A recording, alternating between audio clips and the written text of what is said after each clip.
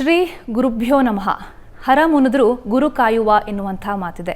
ನಮ್ಮ ಜೀವನದಲ್ಲಿ ಏನೇ ಒಳ್ಳೆಯದಾಗಬೇಕು ಅಂತ ಕುಂದ್ರೂ ಕೂಡ ಗುರುವಿನ ಅನುಗ್ರಹ ಇರಬೇಕು ಅಂತ ಹೇಳ್ತಾರೆ. ಕನ್ನಡದಲ್ಲಿ ರಾಯರ ದರ್ಶನ ಎನ್ನುವಂತಹ ಆಲ್ಬಮ್ ಸಾಂಗ್ ರಿಲೀಸ್ ಆಗಿದೆ. ಈಗ ರಿಲೀಸ್ ಆಗಿ 2 ವಾರಕ್ಕೆ ಒಳ್ಳೆಯ ಪ್ರತಿಕ್ರಿಯೆಯನ್ನು ಪಡೆದುಕೊಂಡಿದೆ. ಈ ಒಂದು ಆಲ್ಬಮ್ ಸಾಂಗ್ನ ರಘು ಭಟ್ ಎನ್ನುವರು ಸಾರಥ್ಯವನ್ನು ವಹಿಸ್ಕೊಂಡಿದ್ದಾರೆ. ಈ ಬಗ್ಗೆ ಮಾತನಾಡೋದಕ್ಕೆ ಇವತ್ತು ನಮ್ಮ ಜೊತೆ ಸ್ವತಃ ರಘು ಭಟ್ ಅವರಿದ್ದಾರೆ. ನಮಸ್ತೆ. ನಮಸ್ಕಾರ.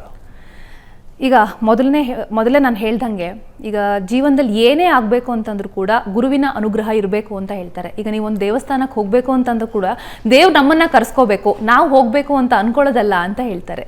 ಏನು ಹೇಳ್ತೀರಿ? ಪ್ರಥಮವಾಗಿ ಪೂಜ್ಯಾಯ ರಾಘವೇಂದ್ರಾಯ ಸತ್ಯ ಧರ್ಮರದಾಯ ಚ ಭಜತಾಂ ಕಲ್ಪವೃಕ್ಷಾನಂ ತಾಂ ಕಾಮಧೇನು ಓಂ ಗುರುಭ್ಯೋ ನಮಃ. ಅದು ನಿಜ 100%. ಈಗ ನಾವು ಒಂದು ಸಾಂಗ್ ಮಾಡ್ತೀವಿ ರಾಯರ ಬಗ್ಗೆ ಅಂತ ಅಂದ್ಕೊಂಡಿರಲಿಲ್ಲ. ಅದು ರಾಯರೇ ಕರೆಸ್ಕೊಂಡು ಮಾಡಿಸಿದ್ರು ಅನ್ಕೋತೀನಿ. ಯಾಕಂದರೆ ಪ್ರತಿಯೊಬ್ಬರೂ ಅದಕ್ಕೆ ಇವತ್ತು ಏನು ಸಾಂಗು ಏನಾಗಬೇಕು ಅಂತ ಅದರಲ್ಲಿ ಎಷ್ಟೋ ಟೆಕ್ನಿಷಿಯನ್ಸ್ಗಳು, ಮ್ಯೂಸಿಕ್ ಡೈರೆಕ್ಟರ್ಗಳು, ಕ್ಯಾಮ್ರಾಮ್ಯಾನ್ಗಳು ಎಲ್ಲ ಅದು ನನಗೆ ರಾಯರೇ ಕೊಟ್ಟಿರೋರು ಅಂತ ಅಂದ್ಕೊಂಡಿದ್ದೀನಿ. 8 ತಿಂಗಳ ಕಾಲ ಆಲ್ಮೋಸ್ಟ್ ಶೂಟಿಂಗ್ ಮಾಡಿದ್ರಿ ಮಂತ್ರಾಲಯದಲ್ಲಿ. ಆಮೇಲೆ ಗ್ರ್ಯಾಂಡ್ ರಿಲೀಸ್ ಕೂಡ ಮಾಡಿದ್ರಿ. ಸಾಕಷ್ಟು ಕಲಾವಿದರು ಬಂದಿದ್ರು ಮಂತ್ರಾಲಯಕ್ಕೆ. ಅಂದರೆ ಈ ಜರ್ನಿ ಬಗ್ಗೆ ಹೇಳಿ.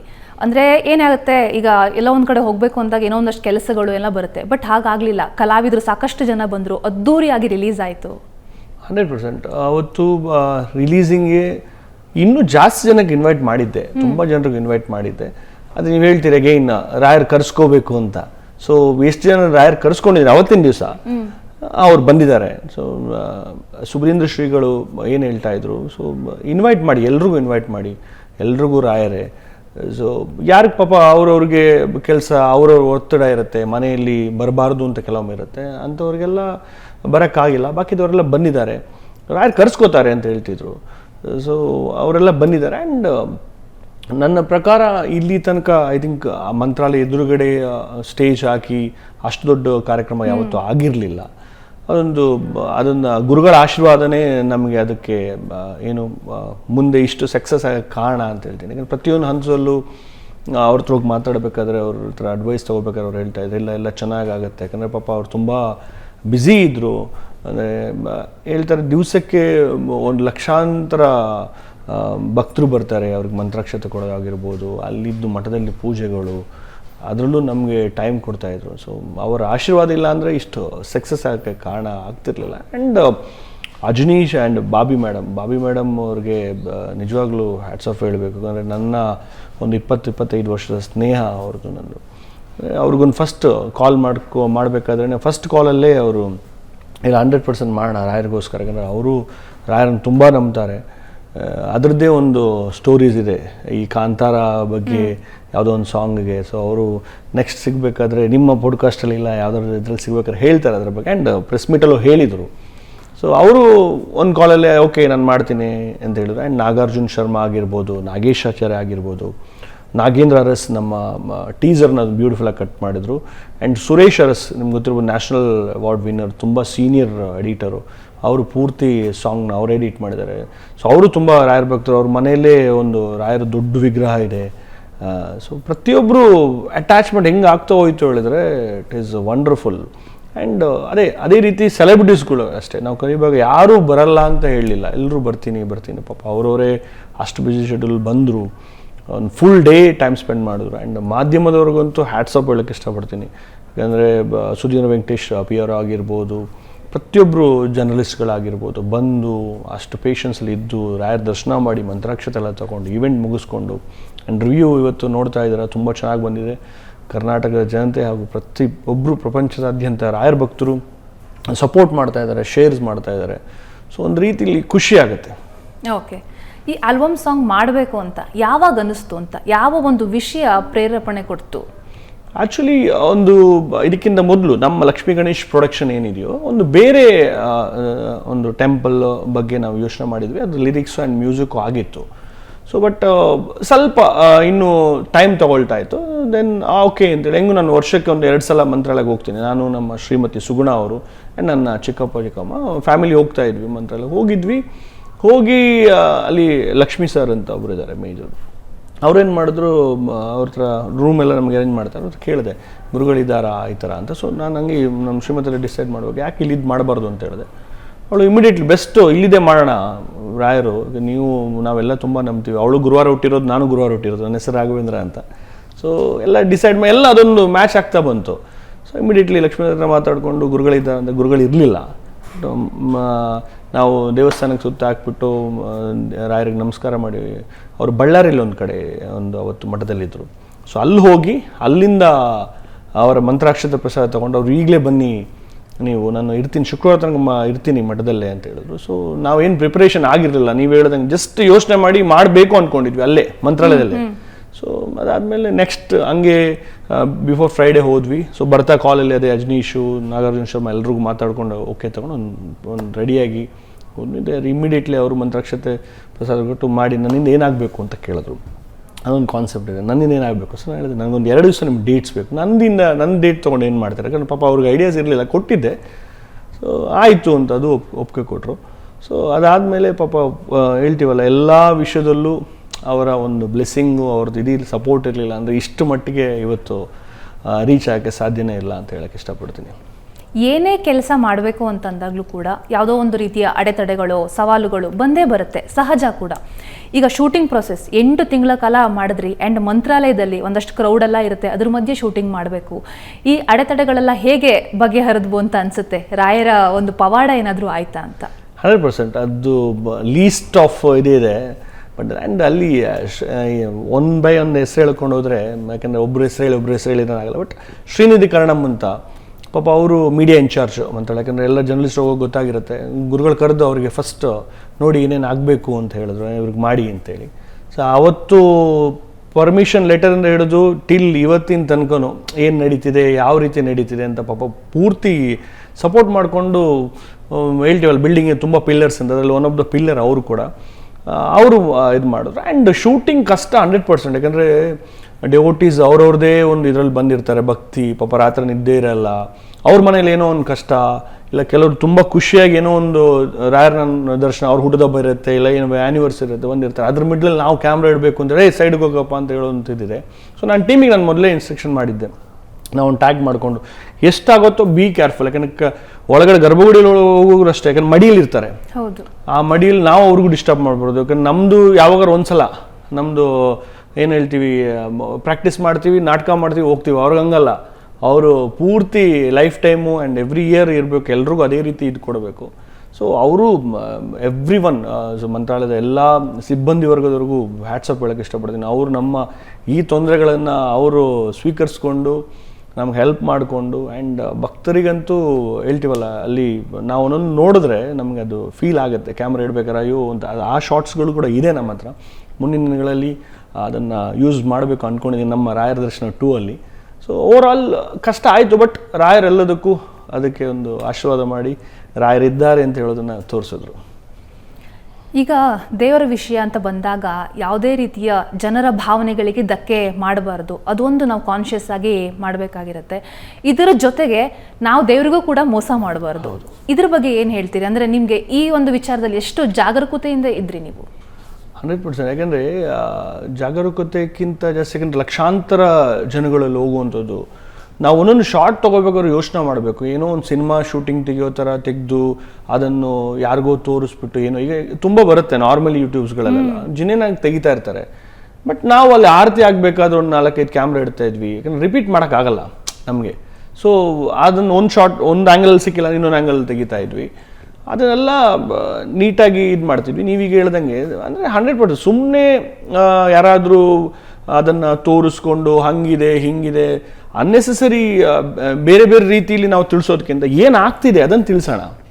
ಆವಾಗ ಜನರಿಗೆ ಅಟ್ಲೀಸ್ಟ್ ನಂಬಿಕೆ ಇನ್ನೂ ಜಾಸ್ತಿ ಆಗುತ್ತೆ. ಆ್ಯಂಡ್ ಗುರುಗಳು ಯಾವಾಗಲೂ ಹೇಳೋರು, ಈಗ ಹಿಂದಿನ ಪೀಳಿಗೆಯಲ್ಲಿ ಈಗ ನಮಗೆ ಗುರುಗಳು ಅಂತ ಇರ್ತಿದ್ರು. ಸೊ ಅವ್ರದ್ದು ನಾವು ನೋಡಿರಲ್ಲ 100 ವರ್ಷ 200 ವರ್ಷ ಹಿಂಗಿರ್ತಾರೆ ಏನು ಅಂತ ನೋಡ್ತಿರಲಿಲ್ಲ. ಸೊ ಈಗ ಅದೇನಾಗಿದೆ ಅಂತ ಹೇಳಿದ್ರೆ, ಅಟ್ಲೀಸ್ಟ್ ಇವತ್ತಿನ ಜನ್ರೇಷನ್ ಟೆಕ್ನಾಲಜಿ ಅಷ್ಟು ಬೆಳೆದಿದೆ. ಮುಂದಿನ ದಿನಗಳಲ್ಲಿ ನೋಡಲಿ ಮಂತ್ರಾಲಯದಲ್ಲಿ ಏನಾಗ್ತಿದೆ, ನಾವು ಹೆಂಗಿದ್ವಿ ನೋಡಲಿ, ಮುಂದಿನ ಬೆಳೆ ಧರ್ಮ ಪ್ರಚಾರ ಆಗಲಿ ಅಂತ ಅವ್ರದ್ದೊಂದು ಇಂಟೆನ್ಷನ್. ಸೊ ಅದನ್ನು ನಾನು ಯೋಚನೆ ಮಾಡ್ಕೊಂಡು ಹಿಂಗೆ ಬಂದರೆ ಹಿಂಗೆ ಚೆನ್ನಾಗಿರುತ್ತೆ, ಇವ್ರನ್ನ ಇಲ್ಲಿ ಯೂಸ್ ಮಾಡೋಣ. ಯಾಕಂದರೆ ಆರತಿ ದಿನದ ಪ್ರತಿಯೊಂದು ದೇವರು ಏನು ಸೇವೆ ಇದೆ ಅವರೇ ಮಾಡೋದು. ಸೊ ಅವ್ರನ್ನ ಅದನ್ನು ತೋರಿಸೋಣ ನೀಟಾಗಿ ಅಂತ ಹೇಳ್ಕೊಂಡು ತೋರಿಸಿದೆ. ಆ್ಯಂಡ್ ಲಾಸ್ಟ್ ಕ್ವಶನ್ ನೀವು ಕೇಳಿದರೆ ಪವಾಡ ಅಂತ ಹೇಳೋದು ತುಂಬ ಆಗಿದೆ. ಯಾವುದು ಅಂತ ಹೇಳಿದ್ರೆ, ನನ್ನ ಶ್ರೀಮತಿಯವ್ರಿಗೊಂದು ಅಲ್ಲೊಂದು ಹಂಪಿಯಲ್ಲಿ ಒಂದು ಶೂಟ್ ಮಾಡ್ತಾ ಇರ್ತೀವಿ ರಾತ್ರಿ ಒಂದು 9:30 ಹಂಗೆ ಚೇಳು ಬಂದು ಕಚ್ಚುತ್ತೆ. ಅವಳು ಎಲ್ಲ ಶೂಟಿಂಗ್ ಆಗ್ತಾ ಇರುತ್ತೆ, ಯಾಕಂದರೆ ತಿರ್ಗಾ ಸೇಮ್ ರಿಪೀಟ್ ಮಾಡೋಕ್ಕಾಗಲ್ಲ, ನಿಮ್ಗೆ ಗೊತ್ತಿರ್ಬೋದು. ಅದೇ ನಾವು ಏನು ಬರುತ್ತೋ 3-4 ಕ್ಯಾಮ್ರಲ್ಲಿ ತೊಗೋಬೇಕು. ಅವಳು ಸ್ವಲ್ಪ 5 ನಿಮಿಷ ಕಿರ್ಚಕ್ಕೆ ಸ್ಟಾರ್ಟ್ ಮಾಡ್ತಾರೆ. ನಾನು ಅಲ್ಲೇ ಶೂಟಿಂಗ್ ಬಿಟ್ಟು ಹೋಗ್ತೀವಿ. ಅಲ್ಲೂ ಹಾಸ್ಪಿಟ್ಲ್ ಇರೋಲ್ಲ, 20-30 ಕಿಲೋಮೀಟ್ರ್ ಆದಮೇಲೆ ಹೋಗ್ತೀವಿ. ನಾವು ಅಂದ್ಕೊಂಡಿದ್ದು ಹಾವು ಕಚ್ಚಿರುತ್ತೆ ಅಂತ, ಆಮೇಲೆ ಚೇಳು ಕಚ್ಚಿ ಅದು ಒಂದು ಮಿರಾಕಲ್ ಅಂತ ಹೇಳಿ, ಏನೂ ಆಗಿಲ್ಲ. ಅಟ್ಲೀಸ್ಟ್ 1 ಅವರಲ್ಲಿ ಪೂರ್ತಿ ರಿಕವರಿ ಆಗಿ ಇದಾಯಿತು. ಆ ಥರ ಇನ್ಸಿಡೆಂಟ್ಸ್ಗಳು ತುಂಬ ಇದೆ, ಪವಾಡಗಳು. ಇವತ್ತಿನ ಕಲಿಯುಗದ ಕಾಮಧೇನು ಅಂತ ಹೇಳೋದಕ್ಕೆ ಅದೊಂದು ಸಾಕ್ಷಿ. ಈ ಒಂದು ಸಾಂಗ್ ಕೇಳಿದಾಗ ಅದರಲ್ಲೂ ರಾಘವೇಂದ್ರ ಸ್ವಾಮಿ ಭಕ್ತರಿಗೆ ಒಂಥರ ಡಿವೈನ್ ವೈಬು ನಿಜವಾಗ್ಲೂ ಸಿಗುತ್ತೆ. ಅಷ್ಟು ಅದ್ಭುತವಾಗಿ ಮೂಡ್ ಬಂದಿದೆ. ನೀವು ಸರಿ ಹಣ ಹಾಕ್ತಿದ್ದೀರಾ, ರೆಡಿ ಆಗ್ತಿದೆ, ಶೂಟಿಂಗ್ ಎಲ್ಲ ಆಗ್ತಿದೆ. ಆ ಸಾಂಗ್ ಫಸ್ಟ್ ನೀವು ಕೇಳಿದಾಗ ರಾಘವೇಂದ್ರ ಸ್ವಾಮಿಗಳ ಭಕ್ತರಾಗಿ ಏನು ಅನ್ನಿಸ್ತು? ಆ ಕ್ಷಣ ಏನು ಅನ್ನಿಸ್ತು?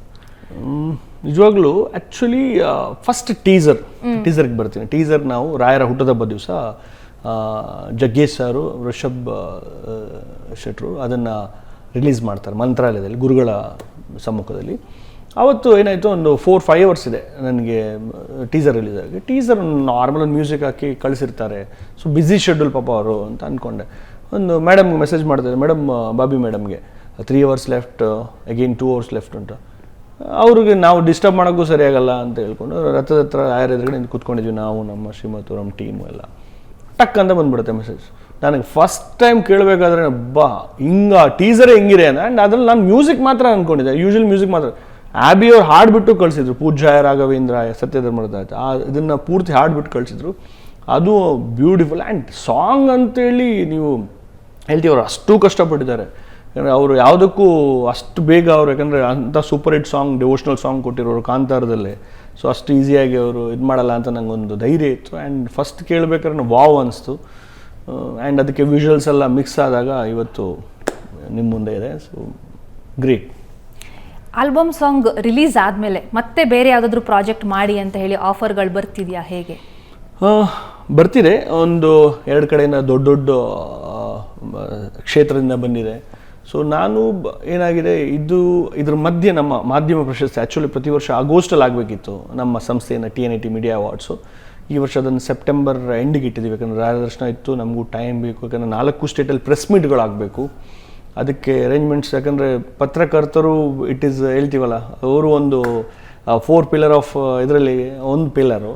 ಸೊ ಅದನ್ನು ಈಸಿ ಇಲ್ಲ ಆ ಒಂದು ಕಾನ್ಸೆಪ್ಟ್. ಅದಕ್ಕೋಸ್ಕರ ಸ್ವಲ್ಪ ಅದನ್ನು ಮುಂದೆ ಇಟ್ಟು 2-3 ಟೆಂಪಲ್ಗಳಿಂದ ಬರ್ತಾ ಇದೆ ಆಫರ್ಸ್. ಅದಾದಮೇಲೆ ಸೆಪ್ಟೆಂಬರ್ ಮೇಲೆ ಯೋಚನೆ ಮಾಡೋಣ. ಅದಕ್ಕಿಂತ ನೆಕ್ಸ್ಟ್ ಇಯರು ನಂದು ರಾಯರ ದರ್ಶನದಲ್ಲಿ 2ನೇ ಸಾಂಗ್ನ ನಾನು ಅದನ್ನು ರಿಲೀಸ್ ಮಾಡ್ತೀನಿ. ನೆಕ್ಸ್ಟ್ ಇಯರ್ ಸೇಮ್ ಟೈಮಲ್ಲಿ ನಾನು ರಿಲೀಸ್ ಮಾಡಬೇಕು ಅಂದ್ಕೊಂಡಿದ್ದೀನಿ. ಸೊ ಓವರಾಲ್ ಎಲ್ಲ ಕಡೆಯಿಂದ ಒಳ್ಳೆ ರೆಸ್ಪಾನ್ಸ್ ಸಿಗ್ತಾ ಇದೆ. ಓಕೆ. ಈಗ ಆಲ್ಬಮ್ ಸಾಂಗ್ ರಿಲೀಸ್ ಆದಮೇಲೆ ಅದನ್ನು ನೀವು ಮಾಡಿದ್ದೀರಿ ಅಂತ ಅಂದಮೇಲೆ ಸಾಕಷ್ಟು ಜನ ನಿಮ್ಮ ಹತ್ರ ಮೆಸೇಜ್ ಮಾಡಿರ್ಬೋದು, ಹೇಳಿರ್ಬೋದು, ಅಥವಾ ನನ್ನ ಜೀವನದಲ್ಲಿ ರಾಯರ ಪವಾಡ ಹೀಗಾಯಿತು ಅದನ್ನೆಲ್ಲ ಶೇರ್ ಮಾಡಿರ್ಬೋದು. ಈ ಬಗ್ಗೆ ಏನಾದರೂ ಹೇಳ್ಬೋದಾ? ಗಿರಿಜಮ್ಮಂದು ಒಂದು ತಗೋಣ. ಪಾಪ ಅವ್ರು ಬಂದಿದ್ರು, ಅಷ್ಟು ಏಜ್ ಆದ್ರೂ ಅಲ್ಲಿ ಬಂದು 1 ಡೇ ಬಿಫೋರೇ ಬಂದಿದ್ರು. ಅವರು ಹೇಳ್ತಾ ಇದ್ರು, ಸೊ ಅವರ ಮಗಳಿಗೇನೋ ರಾಯರದು ಆ ಟೈಮಲ್ಲೇನೋ ಆಗಿ ಅವರ ಹೆಸರು ಪರಿಮಳ ಅಂತ ಇಟ್ಟರು ಅಂತೇಳಿ. ಸೊ ಅದು ರಾಯರ ಒಂದು ಪವಾಡನೆ ಅಂತ ಹೇಳ್ತಾ ಇದ್ರು. ಸೊ ತುಂಬ ಇದೆ ಇನ್ಸಿಡೆಂಟು. ನಾನು ಹೇಳ್ದಂಗೆ ಬಾಬಿ ಮೇಡಮ್ಮು ಹೇಳ್ತಾ ಇದ್ರು, ಯಾವುದೋ ಒಂದು ಸಾಂಗ್ಗೆ ಬರ್ತಿರ್ಲಿಲ್ಲ ಅಂತೆ. ಬರೋ ಟೈಮಲ್ಲಿ ಕೃಷ್ಣ ಅಂತ ಒಂದು ಬಂತು. ಹಂಗೆ ಹೊರಗಡೆ ಬರ್ಬೇಕು, ಕೃಷ್ಣ ಹಿಡ್ದಿರೋ ರಾಯರ್ ಫೋಟೋ ಯಾರೋ ಒಂದು ತೊಗೊಂಬಂದು ಕೊಟ್ಟರು. ಅದರಿಂದ ಅದು ತುಂಬ ಇದಾಗಿತ್ತು ಅಂತ. ಒಬ್ಬೊಬ್ರದ್ದು ತುಂಬ ಇದೆ.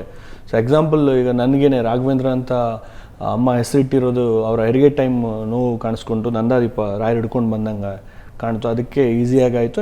ಅವತ್ತಿನ ದಿವಸ ರಾಘವೇಂದ್ರ ಅಂತ ಹೆಸರಿಟ್ಟು ಅಂತ.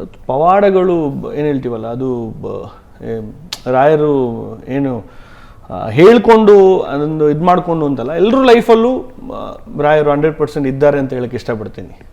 ಚಿಕ್ಕ ವಯಸ್ಸಿಂದನೇ ನೀವು ರಾಘವೇಂದ್ರ ಸ್ವಾಮಿಗಳ ಆರಾಧನೆಯನ್ನು ಮಾಡ್ತಾ ಇದ್ರ, ಅಥವಾ ಯಾವುದಾದ್ರೂ ಒಂದು ಘಟನೆ ಇನ್ನಷ್ಟು ಜಾಸ್ತಿ ಆರಾಧನೆ ಮಾಡುವ ಹಾಗೆ ಪ್ರೇರೇಪಣೆ ನೀಡುತ್ತಾ? ಹಾಗೆ ಇಲ್ಲ, ನಾನು ಏನು ಕೇಳ್ಕೊಂಡಿದ್ದೀನು ರಾಯರು ಇಲ್ಲ ಅಂತ ಹೇಳಲಿಲ್ಲ ಅಂತ ಅನ್ಕೋತೀನಿ ನನ್ನ ಲೈಫಲ್ಲಿ. ಸೊ ನನಗೆ ಮೊದಲಿನೂ ಅಷ್ಟೇ. ಸೊ ನಾನು ವರ್ಷಕ್ಕೆ 1 ಸಲ 2 ಸಲ ಹೋಗ್ತಾ ಇದ್ದೆ. ಇತ್ತೀಚಿನ ದಿನಗಳಲ್ಲಿ ಶೂಟಿಂಗ್ ಇದ್ದ ಕಾರಣ 30 ಆಗಿದೆ, ಅದು 1-2 ಹೋಗಿ 30 ಆಗಿದೆ. ತುಂಬ ನಂಬ್ತೀನಿ. ಬಟ್ ಸ್ಪೆಷಲ್ ಅಂತ ಏನಿಲ್ಲ, ಇದಾದಮೇಲೆ ಸ್ಪೆಷಲ್ ಅಂತ ಏನಿಲ್ಲ. ಅವ್ರು ಇದಕ್ಕಿಂತ ಮಿಡ್ಲಲ್ಲಿ ಏನಾದರೂ ಘಟನೆ ನಡೆದಿದೆ ಅಂತೆಲ್ಲ ರೆಗ್ಯುಲರ್ಲಿ ಇಯರ್ಲಿ 2 ಸಲ ಹೋಗ್ತೀನಿ. ಅದು ಹಾಗೆ ಇರುತ್ತೆ, ನನ್ನ ಉಸಿರು ತನಕ ಅದೇ ರೀತಿ ಇರುತ್ತೆ. ಮಂತ್ರಾಲಯದಲ್ಲಿ ಶೂಟಿಂಗ್ ಮಾಡೋ ಕಾರಣಕ್ಕೆ ಸಾಕಷ್ಟು ಸಮಯವನ್ನು ಅಲ್ಲಿ ಕಳೆದಿದ್ದೀರಿ. ವೀಕ್ಷಕರಿಗೆ ಅಥವಾ ಭಕ್ತರಿಗೆ ಗೊತ್ತಿಲ್ಲದಂತಹ ಒಂದು ವಿಶೇಷತೆ ಏನಾದರೂ ಇದೆಯಾ ಮಂತ್ರಾಲಯದಲ್ಲಿ? ಐ ಥಿಂಕ್ ಆ ಥರ ಯಾವುದೂ ಇರಲ್ಲ. ಯಾಕೆಂದರೆ ಕೆಲವರು ಹೋದರೆ 2 ದಿವಸ 3 ದಿವಸ ಇರ್ತಾರೆ ಅಲ್ಲಿ, ಅದೊಂದು ವೈಬೇ ಬೇರೆ. ಬಟ್ ಒಂದು ಇನ್ಸಿಡೆಂಟು, ನಾನೊಂದು ಲಿರಿಕ್ಸ್ ನಾಗಿಯವರು ಒಂದು ಲಿರಿಕ್ಸ್ ಬರೆದಿದ್ರು, ಶ್ರೀನಿವಾಸ ದಿವ್ಯ ದರ್ಶನ ಅಂತ. ಅದಕ್ಕೆ ಒಂದು ಮ್ಯಾಚ್ ಆಗ್ತಿರ್ಲಿಲ್ಲ ಆ್ಯಕ್ಚುಲಿ. ಅದೊಂದು ಅದ್ರ ಮಂತ್ರಾಲಯ ಪಕ್ಕದಲ್ಲೇ ಒಂದು ಶ್ರೀನಿವಾಸ ವೆಂಕಟರಮಣ ಟೆಂಪಲ್ ಇದೆ. ಸೊ ಎಲ್ರಿಗೂ ನಿಮ್ಮ ಮಾಧ್ಯಮ ಮುಖಾಂತರ ಹೇಳಕ್ಕೆ ಇಷ್ಟಪಡ್ತೀನಿ, ಆ ಟೆಂಪಲ್ಗೆ ಹೋಗಿ, ತುಂಬ ಹಳೆ ಟೆಂಪಲ್, ರಾಯರು ಅದನ್ನು ಕೆತ್ತನೆ ಮಾಡಿ ಸ್ಥಾಪಿಸಿದಂಥ ಟೆಂಪಲ್ ಅಂತೆ ನಾನು ಕೇಳ್ಪಟ್ಟಂಗೆ. ಅದನ್ನು ಶೂಟ್ ಮಾಡಿದ್ವಿ, ತುಂಬ ಚಿಕ್ಕ ಮೂರ್ತಿ, ತುಂಬ ಶೂಟ್ ಮಾಡಿದ್ವಿ ಅಲ್ಲಿ. ಜಾಸ್ತಿ ಜನಕ್ಕೆ ಅದು ಗೊತ್ತಿಲ್ಲ ಅನ್ಸುತ್ತೆ, ಈಗ ನೀವು ಕೇಳಿರೋ ಕ್ವಶನ್ ಪ್ರಕಾರ. ಅಲ್ಲಿ ಹೋಗಿ ಆ್ಯಂಡ್ ಆ ಶಾರ್ಟ್ ಅದಕ್ಕೆ ನೀಟಾಗಿ ನಾನು ಯೋಚನೆ ಮಾಡಿದೆ, ಆ ಲಿರಿಕ್ಸೇ ಚೇಂಜ್ ಮಾಡ್ಬೇಕು ಅಂದ್ಕೊಂಡಿದ್ದೆ, ಇದು ಹೆಂಗೆ ಏನಕ್ಕೆ ಮ್ಯಾಚ್ ಆಗ್ತಿಲ್ಲ ಅಂತ. ಆಮೇಲೆ ಗೊತ್ತಾಯಿತು, ನಮ್ಮ ನಾಗೇಶ್ ಆಚಾರ್ಯ ಅವರು ಆ ಟೆಂಪಲ್ಗೆ ಹೋಗ್ಬಿಟ್ಟು ನೀಟಾಗಿ ನಾನು ಹೇಳಿದ್ದೆ ಕವರೇಜ್ ಮಾಡ್ಕೊಂಡು ಬನ್ನಿ ಅಂತೇಳಿ. ಸೊ ಅದನ್ನು ಶೂಟ್ ಮಾಡಿದರು ಒಂದು, ಅದು ನೀಟಾಗಿ ಆ ಲಿರಿಕ್ಸಿಗೆ ಅದು ಮ್ಯಾಚ್ ಆಯಿತು. ಸೊ ಈ ಥರ ಎಲ್ಲ ಕೆಲವು ಸನ್ನಿವೇಶಗಳು ಆ್ಯಂಡ್ ಕೆಲವರು ಭಕ್ತರಿಗೆ ಗೊತ್ತಿಲ್ಲದಿರುವಂಥ ಜಾಗಗಳಿದೆ, ತುಂಬ ಜಾಗಗಳಿದೆ ಅಲ್ಲಿ. ಸೊ ದಯವಿಟ್ಟು ಹೋಗಿ ಅಂತ ಹೇಳಕ್ಕೆ ಇಷ್ಟಪಡ್ತೀನಿ. ಈಗ ದುಡ್ಡಿದ್ರೂ ಕೂಡ ದೇವಸ್ಥಾನ ಕಟ್ಟೋಕ್ಕಾಗಲ್ಲ ಅಥವಾ ಯಾವುದೋ ದೇವಸ್ಥಾನಕ್ಕೆ ವಿಸಿಟ್ ಮಾಡೋಕ್ಕಾಗಲ್ಲ ಅಂತ ನಾನು ಮೊದಲೇ ಹೇಳಿದೆ. ಈಗ ನಿಮಗೆ ರಾಯರ ದರ್ಶನ ಎನ್ನುವಂತಹ ಆಲ್ಬಮ್ ಸಾಂಗ್ ಮಾಡಿರೋದಕ್ಕೆ ಅಂದರೆ ರಾಯರ ಅನುಗ್ರಹ ಇದೆ ಅಂತ ಅರ್ಥ ಆಯಿತು. ಇದು ಎಷ್ಟು ವೈಯಕ್ತಿಕವಾಗಿ ಖುಷಿ ಕೊಟ್ಟಿದೆ ಅನ್ನೋದಕ್ಕಿಂತ ಶಕ್ತಿ ಕೊಟ್ಟಿದೆ ಅಂತ?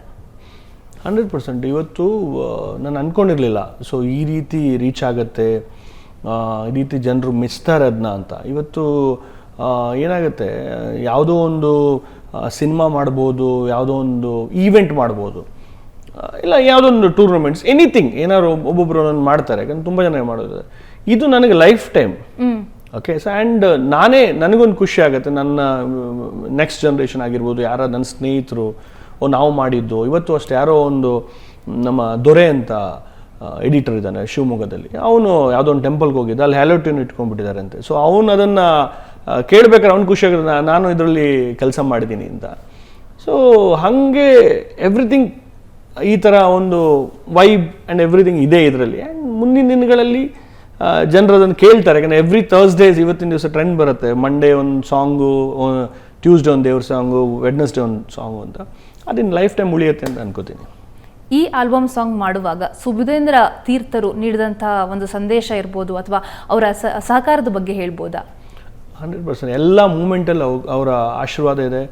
ಅವರ ಆಶೀರ್ವಾದ ಇಲ್ಲ ಅಂದರೆ ಇವತ್ತು ಇಷ್ಟು ಮಟ್ಟಿಗೆದ್ದು. ಯಾಕಂದರೆ ಅವರು ಆ ಪೀಠದಲ್ಲಿ ಕೂತ್ಕೊಂಡು ಎಲ್ಲ ಏನು ಜನರನ್ನು ಮಂತ್ರಾಕ್ಷತೆ ಕೊಟ್ಕೊಂಡು ನೋಡ್ತಾ ಇರ್ತಾರೆ. ಸೊ ನಾನು ಕೆಲವೊಮ್ಮೆ ಅವ್ರ ಹತ್ರ ಕೇಳ್ತಾ ಇದ್ದೆ, ಯಾಕಂದರೆ ಬೆಳಗ್ಗೆ ಸ್ಟಾರ್ಟ್ ಮಾಡಿದ್ರೆ ಎಲ್ಲರೂ ಈಗ ಹೊರಗಡೆ ಹೋಗ್ತಾರೆ ಅಂತಂದರೆ, ಮಂತ್ರಾಲಯ ಬಿಟ್ಟು ಹೊರಗಡೆ ಹೋಗ್ತಾರೆ ಅಂತ ಹೇಳಿದ್ರೆ ಆ ಒಂದು ವೈಬ್ ಇದೆ. 8-9 ಪ್ರೋಗ್ರಾಮ್ ಅಟೆಂಡ್ ಮಾಡ್ತಾರೆ, ಅದರಡೆಯಲ್ಲಿ ರಾಮ್ ಪೂಜೆ ಇರುತ್ತೆ, ಅದರಡೆಯಲ್ಲಿ ಭಿಕ್ಷೆ ತೊಗೋಬೇಕಿರುತ್ತೆ. ಸೊ ಹೆಂಗೆ ಅಂತ ಕೇಳ್ತಾ ಇದ್ದೆ.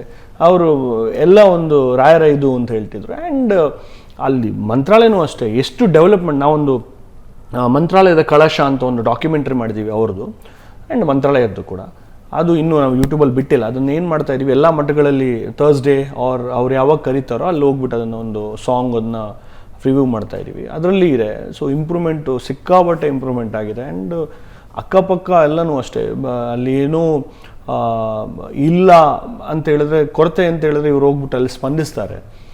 ಆ್ಯಂಡ್ ನಮಗೆ ಕೊಡೋ ಸಪೋರ್ಟ್ ಹೇಳ್ತೀವಲ್ಲ, ಅಲ್ಲಿ ಹೋಗಿದ್ರೆ ರೂಮ್ದಾಗಿರ್ಬೋದು, ನಮ್ಮ ಊಟದ ವ್ಯವಸ್ಥೆ ಆಗಿರ್ಬೋದು, ಪ್ರತಿಯೊಂದನ್ನು ನಮ್ಮ SK ಶ್ರೀನಿವಾಸ್ ರಾವ್ ಅಂತಿದ್ದಾರೆ ಮ್ಯಾನೇಜರು, ಅವ್ರಿಗೆ ಹೇಳಿಸ್ಬಿಟ್ಟು, ಶ್ರೀನಿಧಿ ಅವ್ರಿಗೆ ಹೇಳಿಸ್ಬಿಟ್ಟು, ಪ್ರತಿಯೊಬ್ಬರಿಗೂ ಹೇಳಿಸ್ಬಿಟ್ಟು ಅವರೊಂದು ಇದು ಮಾಡ್ತಾರೆ. ಆ್ಯಂಡ್ ಅವ್ರ ಪೂರ್ವಾಶ್ರಮ ಅಳಿಯಂದ್ರು ಅಷ್ಟೇ, ನಾನು ಕೃಷ್ಣಣ್ಣ ಅಂತ ಕರಿತೀನಿ, ಆ್ಯಂಡ್ ಶ್ರೀಶಾ ಜೋಯ್ಸು ಅವರು ಕೂಡ ಅಷ್ಟೇ. ಎವ್ರಿ ಒನ್ ಬಂದು ಏನಾದರೂ ನಿಮ್ಮ ಕೊರತೆ ಇದೆಯಾ, ಎಲ್ಲ ಕರೆಕ್ಟಾಗಿ ಆಗ್ತಿದೆಯಾ ಅಂತ ಕೇಳ್ತಾಯಿದ್ರು. ಅದೆಲ್ಲ ಅದು ಅವ್ರ ಆಶೀರ್ವಾದನೇ ಇವತ್ತು ಅಗೇನ್ ಆ್ಯಂಡ್ ಅಗೇನ್ ಹೇಳ್ತೀನಿ, ಅವ್ರ ಆಶೀರ್ವಾದ ಇದು ಸಕ್ಸಸ್ ಆಗ ಕಾರಣ. ಯೂಶ್ವಲಿ ಏನಾಗುತ್ತೆ, ನಮ್ಮ ಜೀವನದಲ್ಲಿ ಮಾತ್ರ ಕಷ್ಟ ಇರೋದು, ನಮಗೆ ಮಾತ್ರ ಸಮಸ್ಯೆ ಇರೋದು ಅಂತ ಕೆಲವರು ಹೇಳ್ಕೊಂಡು ಅಳೋದನ್ನ ನೋಡ್ತೀವಿ. ಆದರೆ ದೇವಸ್ಥಾನಗಳಿಗೋ ಅಥವಾ ಆಸ್ಪತ್ರೆಗಳಿಗೋ ಹೋದಾಗ ಇಲ್ಲ, ನಮ್ಗಿಂತ ಇನ್ನೂ ಹೆಚ್ಚು ಕಷ್ಟಪಡೋರಿದ್ದಾರೆ ಅಂತ ಗೊತ್ತಾಗತ್ತೆ. ಮಂತ್ರಾಲಯದಲ್ಲಿ ನೀವು ಹೇಳಿದಾಗೆ ಸಾಕಷ್ಟು ಭಕ್ತರು ಅವರೊಂದಷ್ಟು ಆಶಯಗಳು ಇಟ್ಕೊಂಡು ಬಂದಿರ್ತಾರೆ, ಒಂದಷ್ಟು ಸಮಸ್ಯೆಗಳನ್ನ ಇಟ್ಕೊಂಡು ಬಂದಿರ್ತಾರೆ, ಅಥವಾ ಗುರುವಿನ ಅನುಗ್ರಹ ಪಡಿಬೇಕು ಅಂತ ಬಂದಿರ್ತಾರೆ. ಅದನ್ನೆಲ್ಲ ನೋಡಿ ಏನು ಅನ್ನಿಸ್ತು? ಅಂದರೆ ಈ ಒಂದು ಜೀವನ ಅಥವಾ ಈ ಜನ್ಮದ ಬಗ್ಗೆ ಏನು ಅನ್ನಿಸ್ತು ನಿಮಗೆ? ನಾನು ಅವಾಗ ಹೇಳ್ತಾ ಇದ್ದಂಗೆ ಒಂದು ಲೈನಲ್ಲಿ ನಿಂತ್ಕೊಂಡ್ರೆ, ನಾನು ಫ್ರೈಡೇ ಮುಗೀತು ನಮ್ದು ಇವೆಂಟು. ಸ್ಯಾಟರ್ಡೇ ನಾನು ಯೋಚನೆ ಮಾಡ್ತೀನಿ, ಫ್ರೈಡೇಗಿಂತ ಸ್ಯಾಟರ್ಡೇ ಇನ್ನೂ ಜಾಸ್ತಿ ಆಗ್ತಾ ಇದೆ ಜನ. ಸೊ ಕೆಲವರು ಕಾಲಿಲ್ಲದೆ ಇರೋರು, ಕೆಲವರು ರಾತ್ರಿ ನಿದ್ದೆ ಇರಲ್ಲ, ಬಂದಿರ್ತಾರೆ, ಲೈನಲ್ಲಿ ನಿಂತಿರ್ತಾರೆ. ಸೊ ನಿಜವಾಗ್ಲೂ ರಾಯರು ಇರಲಿಲ್ಲ ಅಂದರೆ ಅಷ್ಟು, ಈಗ ನೀವು ಹೇಳ್ದಂಗೆ ಹಾಸ್ಪಿಟ್ಲಿಗೆ ಹೋದರೆ ಏನಾದ್ರು ರೋಗ ಇದ್ದರೆ ನಾನು ಟ್ರೀಟ್ಮೆಂಟ್ ಆಗಬೇಕು ಅಂದ್ರೆ ಹಾಸ್ಪಿಟ್ಲಿಗೆ ಹೋಗ್ತೀವಿ. ಅವನ ನಂಬಿಕೆ ಅವ್ನು ರಾಯರು ಇಲ್ಲ ಅಂತ ಆಗಿದ್ರೆ ಅಷ್ಟು ಜನರು ಬರ್ತಿದ್ರ ಅಂತ ಕೆಲವೊಮ್ಮೆ ನಾನು ಸುಮ್ಮನೆ ಯೋಚನೆ ಮಾಡ್ತೀನಿ ಕೂತ್ಕೊಂಡು. ನಿಜವಾಗ್ಲೂ ಅವ್ರವ್ರಿಗೆ ಏನಾದರೂ ಒಂದು ಪಾಸಿಟಿವ್ನೆಸ್, ಅವ್ರಿಗೆ ಅವರ ಟೆನ್ಷನ್ಸ್ಗೆ ಏನಾದರೂ ಒಂದು ಸೊಲ್ಯೂಷನ್ ಸಿಕ್ಕಿಲ್ಲ ಅಂದರೆ ಇವತ್ತಿನ ದಿವಸ ಇಷ್ಟು ಎವ್ರಿ ಡೇಸ್ ಹೋಗ್ತಾನೆ. ಮೊದಲು ಗುರುವಾರ ಅಂತ ಇತ್ತು, ಇದು ಗುರುವಾರ ಆಗಿರಲ್ಲ, ಫ್ರೈಡೇ ಹೋಗಿ, ಸ್ಯಾಟರ್ಡೆ ಹೋಗಿ, ಸಂಡೇ ಹೋಗಿ, ಆಲ್ ಡೇಸ್ ಅಲ್ಲಿ ಫುಲ್ ಇರುತ್ತೆ. ಸೊ ಅದೊಂದು ಇದ್ದೇ ಇದೆ, ಮದ್ದಂತೂ ಸಿಗ್ತಾ ಇದೆ. ಸೊ ಅದಕ್ಕೋಸ್ಕರನೇ ಅಷ್ಟು ಜನರು ಹೋಗ್ತಾ ಇದ್ದಾರೆ ಅಂತ ಹೇಳಕ್ಕೆ ಇಷ್ಟಪಡ್ತೀನಿ. ಮುಂದಿನ ದಿನಗಳಲ್ಲಿ ರಾಯರ ಬಗ್ಗೆ ಮತ್ತೊಂದಿಷ್ಟು ಪ್ರಾಜೆಕ್ಟ್ ಮಾಡುವಂಥ ಆಸೆ, ನಿರೀಕ್ಷೆ ಏನಾದ್ರು ಇದೆಯಾ? ಅದೇ 100%. ಈಗ ರಾಯರ ದರ್ಶನದಲ್ಲಿ 2 ಎರಡನೇ ಸಾಂಗ್ ನೆಕ್ಸ್ಟ್ ಇಯರ್ ನಾವು ತಗೊಳ್ತೀವಿ. ಯಾಕಂದರೆ 24 hours ಇದೊಂದು ಫುಟೇಜಸ್ ಆಗಿರೋದಿಲ್ಲ. ಆ್ಯಂಡ್ ಕೆಲವು ಬೇರೆ ಮಠಗಳದ್ದೆಲ್ಲ ಕ್ಯಾಪ್ಚರ್ ಮಾಡ್ಕೊಂಡು ಇದರಲ್ಲಿ ಬಿಡಬೇಕು ಅಂದ್ಕೊಂಡಿದ್ದೀನಿ. ಮುಂದಿನ ದಿನಗಳಲ್ಲಿ ಗುರುಗಳ ಹತ್ರ ಅದ್ರ ಬಗ್ಗೆ ಚರ್ಚೆ ಮಾಡಿಕೊಂಡು ನೋಡೋಣ. ನೀವು ಹೇಳ್ದಂಗೆ ಆದರೆ ಸಿನಿಮಾನು ತೆಗಿಯೋಣ ನಮ್ಮ ಪ್ರೊಡಕ್ಷನಲ್ಲಿ. ನಾವಂತೂ ಕಾಯ್ತಾ ಇರ್ತೀವಿ, ರಾಯರ ಬಗ್ಗೆ ಏನು ಸೇವೆ ಮಾಡೋಕ್ಕೂ ಕಾಯ್ತಾ ಇರ್ತೀವಿ. ನೋಡೋಣ ಏನಾಗುತ್ತೆ ಅಂತ. ಓಕೆ, ಯುವ ಪೀಳಿಗೆಗೆ ರಾಯರ ಬಗ್ಗೆ ಏನು ಹೇಳ್ತೀರಾ? ಇವತ್ತು ಖಾಲಿ ಏನಾಗುತ್ತೆ, ಸ್ಟೇಟಸ್ಸು ಇದರಲ್ಲಿ ಅಲ್ಲದೆ ದರ್ಶನ ಮಾಡಿ, ರಾಯರಿಗೆ ಒಳ್ಳೊಳ್ಳೆ ಕೆಲಸ ಮಾಡಿ 100%. ಅಂದರೆ ಕಷ್ಟದಲ್ಲಿದ್ದವ್ರಿಗೆ ಸ್ಪಂದಿಸಿ 100%. ಅದರಲ್ಲಿ ಅವಾಗ ರಾಯರು ಖುಷಿ ಪಡ್ತಾರೆ, ನಮಗೂ ಒಂದು ಆಶೀರ್ವಾದ ಮಾಡ್ತಾರೆ ಅಂತ ಹೇಳಕ್ಕೆ ಇಷ್ಟಪಡ್ತೀನಿ. ಭಕ್ತರಿಗೆ ರಾಯರ ದರ್ಶನ ಎನ್ನುವಂಥ ಒಂದು ಅದ್ಭುತವಾದ ಹಾಡನ್ನು ಕೊಟ್ಟಿದ್ದೀರಿ, ಧನ್ಯವಾದಗಳು. ಜೊತೆಗೆ ಇನ್ನೊಂದು ಅಷ್ಟು ರಾಯರ ಸೇವೆ ಮಾಡುವಂಥ ಅವಕಾಶ ಸಿಗಬೇಕು ಅಂತ ಹೇಳ್ತಾ ಇದ್ದೀರಿ, ಸಿಗಲಿ ಅಂತ ನಾನು ಹಾರೈಸ್ತೀನಿ. ಜೊತೆಗೆ ಸಿನಿಮಾ ಮಾಡುವಂಥ ಆಸೆಯನ್ನು ಕೂಡ ಹೇಳಿದ್ದೀರಾ, ಅದು ಕೂಡ ನೆರವೇರಲಿ ಅಂತ ಏಷ್ಯಾನೆಟ್ ಸುವರ್ಣ ನ್ಯೂಸ್ ವತಿಯಿಂದ ಹೇಳ್ತೀನಿ. Thank you sir. ಇಷ್ಟೊತ್ತು ಏಷ್ಯಾನೆಟ್ ಸುವರ್ಣ ನ್ಯೂಸ್ ಜೊತೆಗೆ ರಾಯರ ದರ್ಶನ ಎನ್ನುವಂಥ ಆಲ್ಬಮ್ ಸಾಂಗ್ ಬಗ್ಗೆ ಮಾಹಿತಿಯನ್ನು ಹಂಚ್ಕೊಂಡಿದ್ದಕ್ಕೆ, ಜೊತೆಗೆ ರಾಯರ ಬಗ್ಗೆ ಸಾಕಷ್ಟು ಮಾಹಿತಿಯನ್ನು ಹಂಚ್ಕೊಂಡಿದ್ದಕ್ಕೆ ಥ್ಯಾಂಕ್ ಯು. ಸರ್ವೇ ಜನ ಸುಖಿನೋ ಭವಂತು.